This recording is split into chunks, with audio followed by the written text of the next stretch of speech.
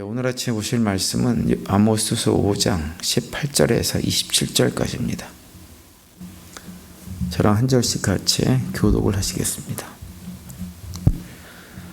화했을진저 여호와의 날을 사모하는 자여, 너희가 어찌하여 여호와의 날을 사모하느냐? 그 날은 어둠이요 빛이 아니라 마치 사람이 사자를 피하다가 곰을 만나거나 혹은 집에 들어가서 손을 벽에 대었다가 뱀에게 물린 것더라. 여호와의 날은 빛없는 어두움이 아니며 빛난 없는 캄캄함이 아니냐.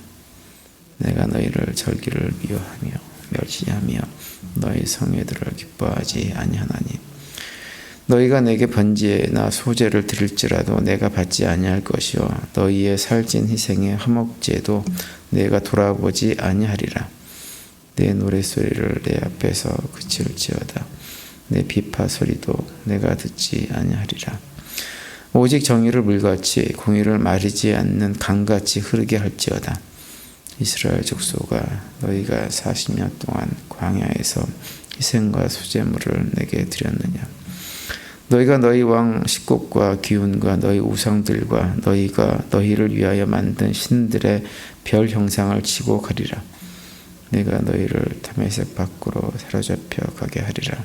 그의 이름이 만군의 하나님이라 불리우는 여호와께서 말씀하셨느니라.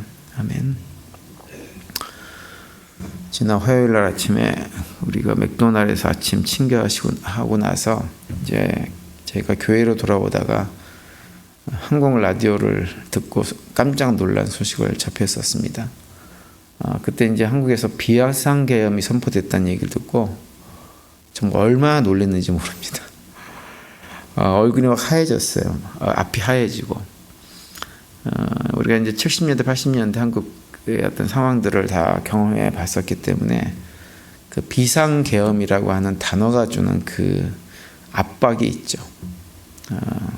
아주 공포스러운 어떤 그런 트라우마 같은 것이 우리에게 있습니다. 그래서 제가 지난 화요일 날 아침에 집에 오다가 비상계엄이 선포됐다는 얘기를 듣고 막 뭐랄까요, 몸에 힘이 다 빠지는 그런 심장이 쿵쾅거리고 그런 느낌을 받았었습니다.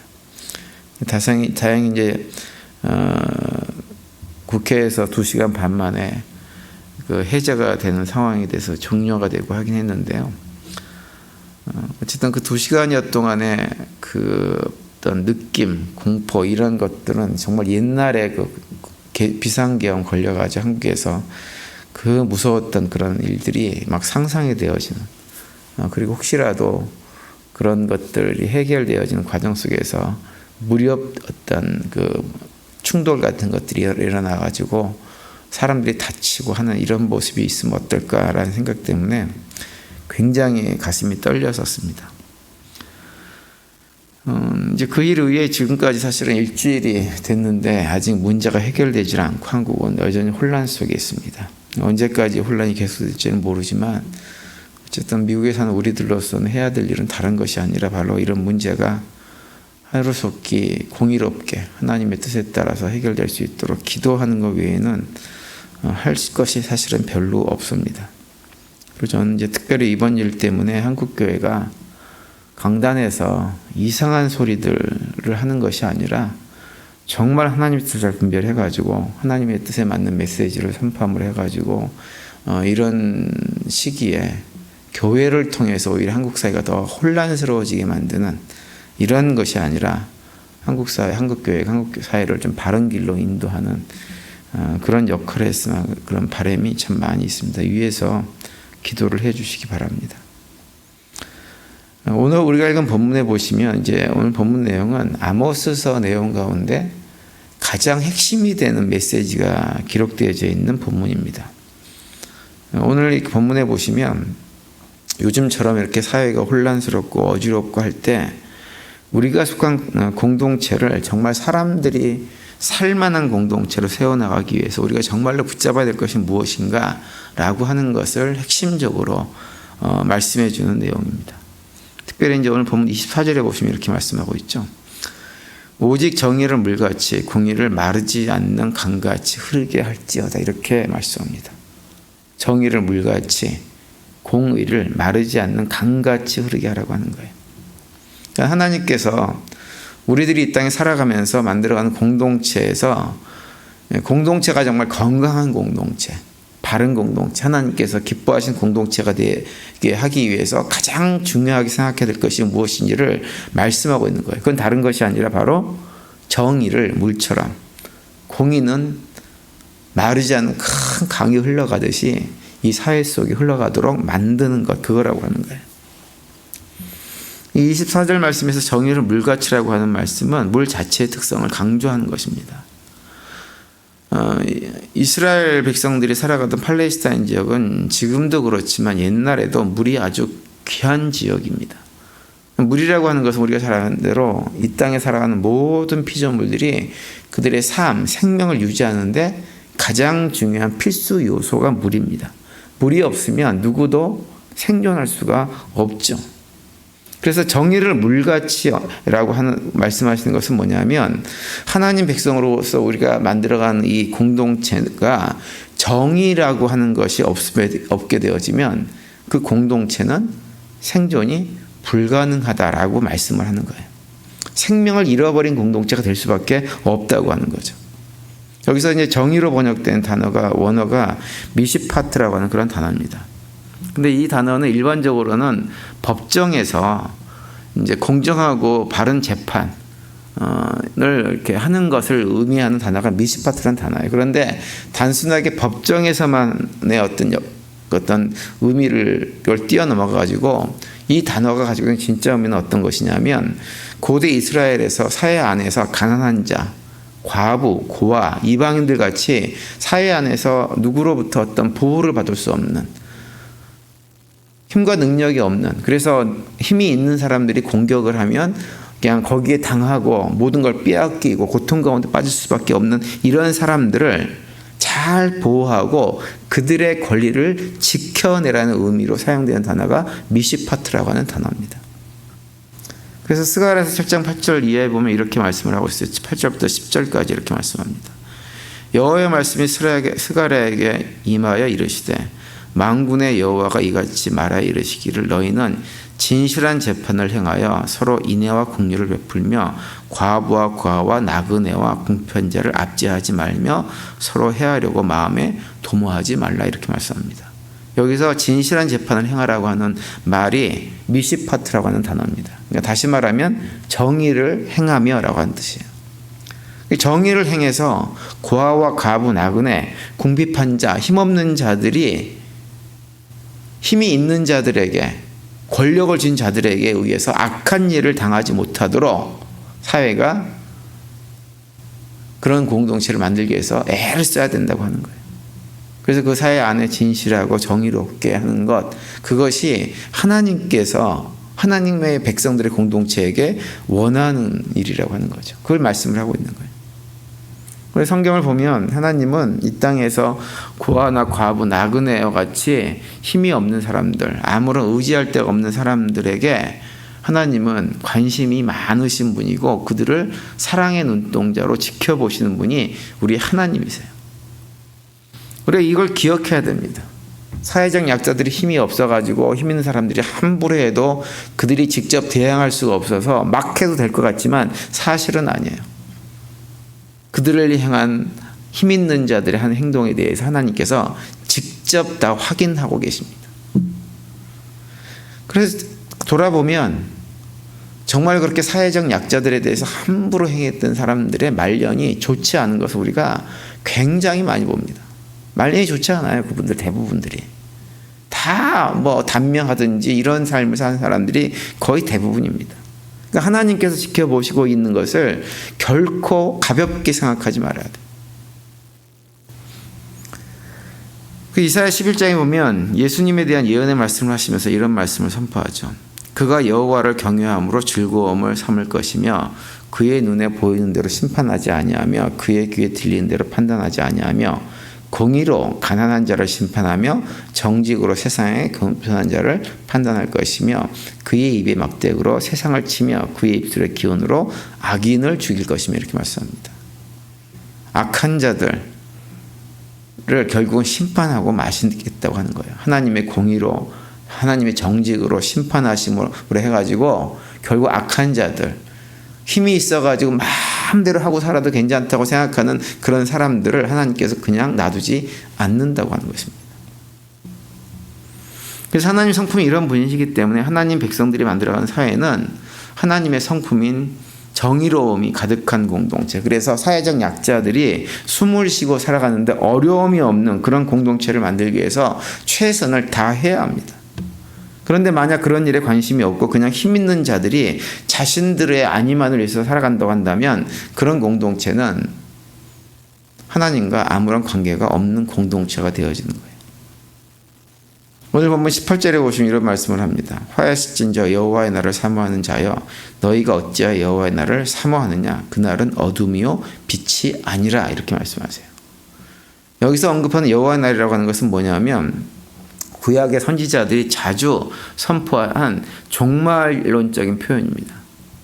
마지막 때가 되어지면 여호와께서 모든 것을 회복해가지고 하나님 백성들의 공동체를 다시 세울 거라고 하는 거예요. 그때는 어떤 날이냐? 빛이 있는 날이에요. 빛이 있는 날. 모든 슬픔과 아픔과 상처들이 다 회복되는 날이에요. 모든 대적들, 악한 자들은 다 망하고 하나님 백성들만 온전하게 세워지는 날이 여호와의 날입니다.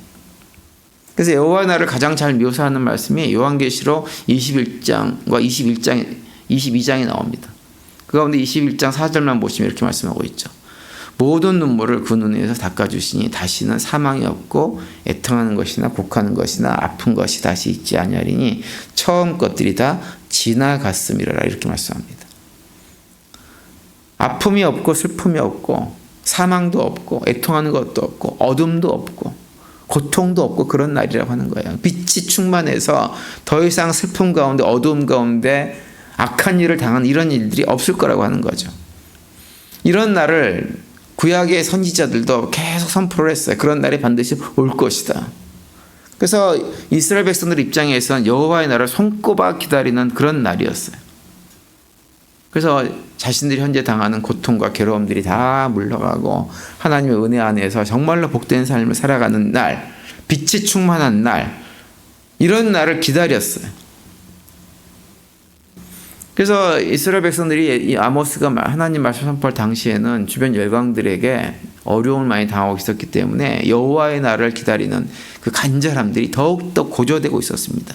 그런데 하나님께서 그러한 이스라엘 백성들을 향해 가지고 아모스 통해서 하시는 말씀은 뭐냐면 너희들에게 임하는 하나님의 날, 여호와의 날은 그렇게 하나님의 공의가 이루어지는 너희들이 생각하는 그런 날이 아닐 거라고 하는 거예요. 너희들이 빛을 보고 너희들이 고통이 사라지고 눈물이 사라지고 괴로움이 사라지는 그런 날이 아니고 그날은 어떤 날이냐? 너희들에게는 어두움의 날이고 심판의 날이 될 것이다 라고 말씀하고 있는 거예요. 왜 그런 날이 되느냐? 다른 것이 아니라 지금 너희들이 만들어가는 사회 속에서 나의 공의와 나의 의로움이 사회적 약자들을 돌보고 그들의 삶을 지켜주는 모습은 전혀 보이지 않고 그들을 학대하고 착취하는 모습만 보이기 때문에 너희들에게 있어서 여호와의 날은 바로 심판의 날이 될 것이다 라고 말씀을 하고 있는 거예요. 그러면서 22절에 이렇게 말씀하죠. 너희가 내게 번제나 소제를 드릴지라도 내가 받지 아니할 것이요 너희의 살찐 희생의 화목제도 내가 돌아보지 아니하리라, 이렇게 말씀합니다. 지난번에도 말씀드렸지만 북왕국 이스라엘 사람들은 온갖 악행을 저지르면서도 하나님께 드리는 제사, 종교 행위는 아주 열심히 했습니다. 그러면서 그것으로 자신과 하나님과의 관계가 굉장히 돈독하다고 생각을 하고 그렇게 믿었어요. 그런데 22절에서 하시는 하나님의 말씀은 뭐냐면 너희들의 그런 종교적인 모든 행사들, 화려한 제사들 이런 것 나랑 아무런 관계가 없다라고 말씀을 하고 있는 거예요. 너희들이 그런 걸 아무리 열심히 해도 내가 받지 않는다고 하는 거죠. 그러면서 27절에서 이렇게 선포합니다. 내가 너희를 다메섹 밖으로 사로잡혀 가게 하리라. 그의 이름이 만군 하나님이라 불리우는 여호와께서 말씀하셨느니라. 다메섹 밖으로 사로잡혀 간다는 얘기는 전쟁이 일어나서 나라가 망해서 결국은 저 멀리 포로로 노예로 끌려가는 삶을 살게 될 것이라고 하는 거예요. 여호와의 날은 빛의 날이 아니라 어둠의 날이고 심판의 날이라고 하는 것을 말씀하고 있는 거예요. 우리가 하나님 백성으로 살아간다고 하는 것은 종교 행위를 열심히 하는 것이 아닙니다. 우리가 흔히 강조하는 예배생활, 기도생활, 이런저런 봉사와 헌신, 그건 열심히 하는 것이 하나님 백성으로 살아가는 것이 아니에요. 물론 그것도 열심히 해야 합니다. 왜냐하면 우리가 공동체를 함께 꾸려나가려면 그런 희생과 헌신과 그런 열심들이 반드시 있어야 돼요. 그런데 그런 것들이 아무리 많이 있고 열심을 한다고 해도 정말 하나님께서 우리 공동체 안에서 있기를 원하는 것이 빠져버리면 그런 열심은 아무런 의미가 없는 것이 된다고 하는 거예요. 중요한 것은 뭐냐? 공의로운 하나님을 본받아서 하나님의 뜻을 헤아리면서 하나님 백성으로 살아가는 이 공동체 안에 정의가 물같이 강같이 흐르게 하는 일을 최선을 다해서 공동체 안에 힘겹고 어렵고 나약하고 부족한 사람들이 상처받고 어려움 겪지 않고 믿음 생활을 해나갈 수 있도록, 삶을 지탱해 나갈 수 있도록 돕는 일에 최선을 다해서 관심을 가지고 행하는 것, 그것이 하나님께서 믿음의 공동체가 이 땅에서 해주기를 원하는 역할이라고 하는 것입니다. 저희들이 살아가고 있는 현대 사회는 점점 공의는 사라지고 불평과 어떤 불의, 이런 것들이, 그런 악들이 횡행하는 시대가 오늘날 우리가 살아가는 시대입니다. 점점 그것이 깊어집니다. 공의가 강물처럼 흐르는 것, 불가능해 보이는 시대입니다. 그런데 그런 시대 속에서 하나님 백성들이, 우리들은 어떠한 삶을 살아가야 되느냐? 공의가 강물처럼 흐르게 만드는 하나님 백성으로 삶을 살아가면서 우리가 속한 공동체를, 건강한 공동체를 만들기 위해서 최선을 다하는, 그것이 믿음의 삶을 살아가는 우리들이 해야 될 역할입니다.